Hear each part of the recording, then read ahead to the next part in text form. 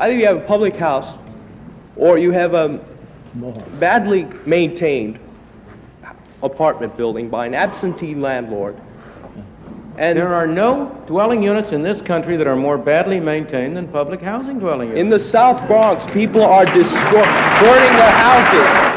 Of course, why? They are burning their houses to move into public housing. Of course, but why are they burning those houses and abandoning them?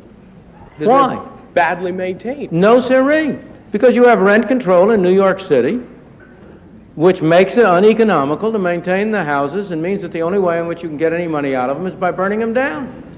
Also, an absentee landlord is very... Absentee landlordism, of course. But you mean to say that the public housing units are not absentee landlords?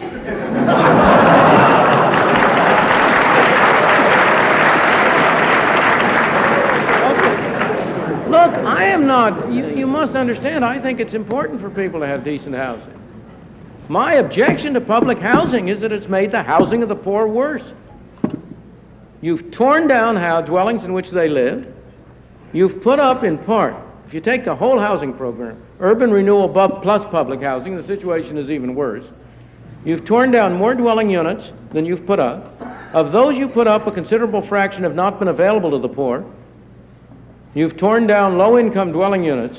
Take any urban renewal area in this country you want. You've torn down low-income dwelling units and you've put up luxury apartments. And that's helping the housing of the poor? Not by a long sight. So that the problem is, and then in the public housing units you've set up, because of the income requirements and so on, the people who can qualify for them tend to be broken families. They have an abnormally high rate of juvenile delinquency,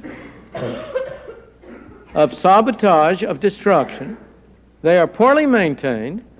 You see, the problem that this young man is illustrating is the tendency that we often have to take the will for the deed.